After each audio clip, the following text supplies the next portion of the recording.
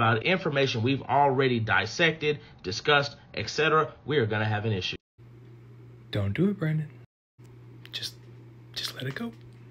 Someone's going to get in their feelings. There's going to be rage. Someone might crash out over it. Just let it go. Fuck it.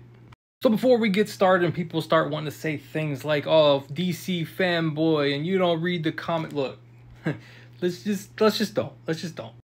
Hell, we can jump all the way over even to Onslaught Reborn if we want to. I mean, let's just take the conversation with the understanding that, I read the comics. And while I don't pretend to be perfect, I try not to talk about stuff that I do not have an understanding of, okay? So here's my issue with the topic at hand, right? It's not that I fully disagree with King Lion or Comics Related's points or Nightcrawler's points. There are definite things that they are saying that I agree with. My only issue going forward with this discussion is, what does it mean to everyone? And to have that conversation, I think we need to understand who the players are, right? And who is the Tiger God? The Tiger God essentially is the god of fear, the avatar of fear, the image of fear. It was the thing that was in the dark, tigers, things like that scared men at an early age. Also linked in Marvel Comics to a lot of kung fu and martial arts type characters, usually through an amulet. Though some have had different names, most times the avatars of this god come in the form of the white tiger. And if you've read this particular comic, it's very important for what comes next, because there's a certain way that the tiger does things. It is very important to understand that when using the power of the Tiger God, fear is a huge element. But the awesome thing about the Tiger God is Marvel has expanded upon its story, and we find out in Defenders, he's actually the other side of the coin to the Phoenix. I mean, he balances it out. He's the other end of the pendulum. As powerful as the entirety of the Phoenix Force, and able to fight the Phoenix Force inside the White Hot Room. On a side note, if you guys want to jump into the Ultimates 2, where a lot of this takes place, there's some really cool stuff in there, not just the Logos and Tiger God thing. A Technopath actually was able to override Black Panther's suit and the Kimoyo beads. I mean, that's pretty cool to me because we don't usually see that. Now, before somebody starts crying that I'm picking on Black Panther, I'm not. He actually goes on to fight without his suit and wins without his suit. I mean, it's an awesome comic, and Black Panther's always awesome in his comics. But at a point in this comic, and look, go back, watch King Lions, watch some other videos, or go read it yourself. There's a whole story involved here, and a ton of other people have talked about it. But at this point, T'Challa has to go down into the Necropolis, right? Because through the Necropolis and the abilities that Black Panther has, he can reach out to other deities to petition. Now that's important. He's petitioning a god for its power. And he does. He petitions the thing that is fear in the night, the Tiger God. And they have a conversation. And the Tiger God says, "Are you going to bend the knee to me?" To which T'Challa replies, "No." Now, why did he say no? Because he's just a badass? I mean, he is a badass, but that's not why he said no. He said no because he understood how the Tiger God works. The Tiger God does not give his power fully to people who bend to it.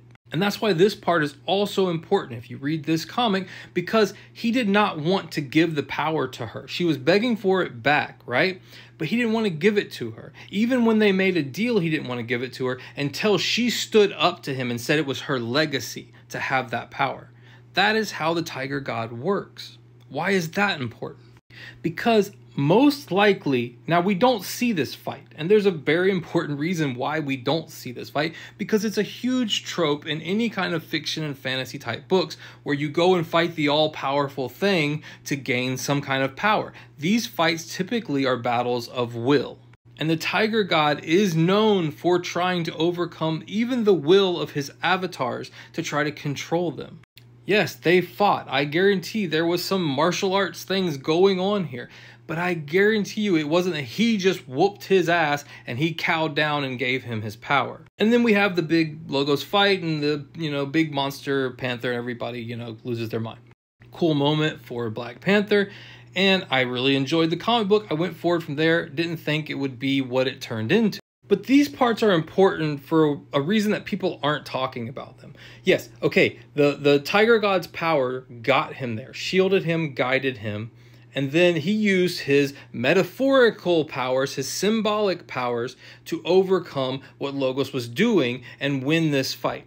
Why is that important? Because not only does it speak to the story that they're trying to tell, right?